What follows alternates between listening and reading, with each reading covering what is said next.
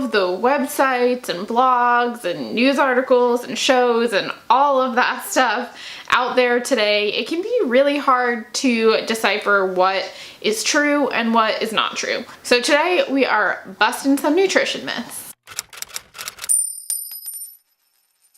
Hey guys, welcome back to my channel. I'm Melissa, I'm a dietitian, and here on my channel we talk about all things food and nutrition. So if you're into that, make sure you are subscribed wherever you subscribe. Today, like I said, we are going to bust a couple popular nutrition myths. So let's just get right into it. Myth number one is one that I hear all of the time as a practicing dietitian, and that is that you shouldn't snack. Constantly when I'm trying to set goals with people or what have you, people are constantly saying they want to snack less or not snack at all.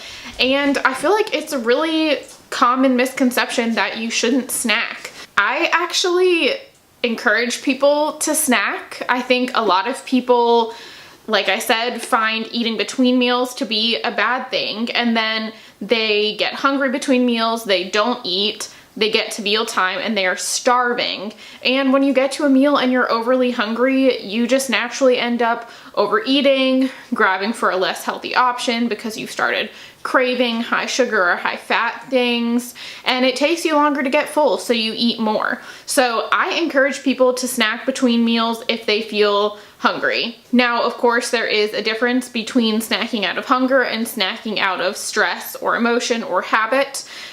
We don't want you to be snacking out of emotion or habit or anything like that. So of course that is not ideal, but if you're hungry between meals, you should eat. And personally, I think that it is better for you, more healthy to have that snack than to not eat between meals and then be starving by your next meal. So, myth busted. It is not bad to snack between meals. Myth number two is one that recently came up with a patient of mine, and they said that they read somewhere that bone broth can reverse food allergies. Now, bone broth is kind of one of those superfoods that I feel like is making the rounds.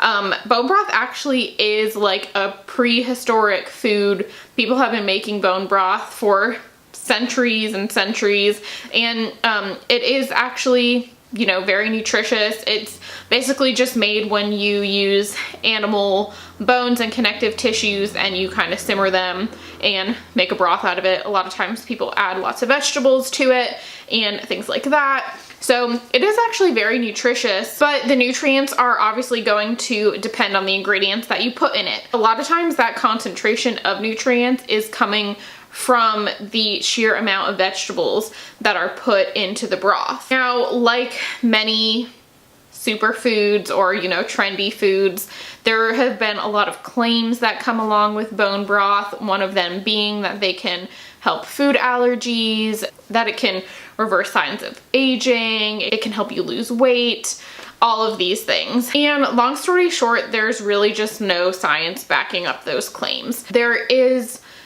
some data showing that it could possibly help with leaky gut, which could be a symptom of food sensitivities or digestive disorders like IBS or Crohn's. And it can help with digestion a little bit too, because it does have the gelatin in it from the bones, which can kind of suck in water and just help everything move a little more smoothly through the digestive tract. But like I said, I think where the claim of reversing food allergies come from is maybe that it can help with leaky gut, and leaky gut isn't a sign of a food allergy. It can often be, like I said, an intolerance or a symptom of some sort of digestive disorder like IBS or Crohn's. And it's important to realize there is a big difference between a true allergy and a sensitivity or intolerance. An allergy, your body is having an immune reaction to that food. So think of your throat closing up or hives or something like that, where your body is actually attacking itself. And there's really no science at all to back up that bone broth is going to do anything to treat that.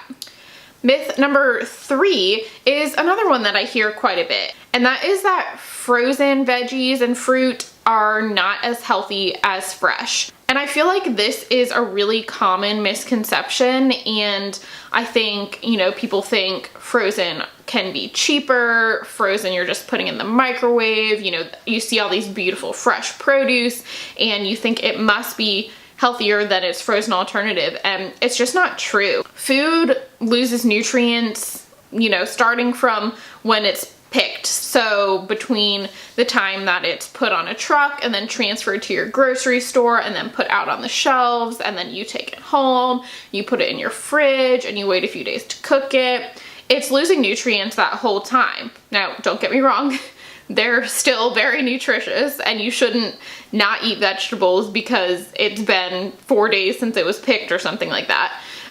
But actually, frozen produce is frozen pretty much immediately after it's picked. You know, within hours it's flash frozen.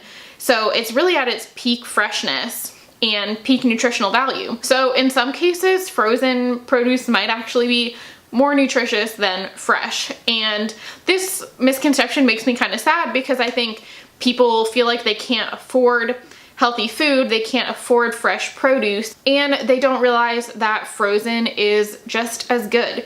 So if you are on a budget and you don't feel like you can buy all this nice fresh produce, definitely give frozen a try, because it can be a lot cheaper and it is just as nutritious, if not more in some cases. All right, so those are 3 common nutrition myths busted. Those are ones that I have either heard from patients or hear regularly, and so I just thought I would kind of dive into those and talk about them a little bit. If you liked this video, please give it a thumbs up, subscribe if you have not already, and let me know what other myths you want me to talk about below. And it could be proving a myth right. I don't have to talk about why it's wrong. So let me know below what else you would like to see.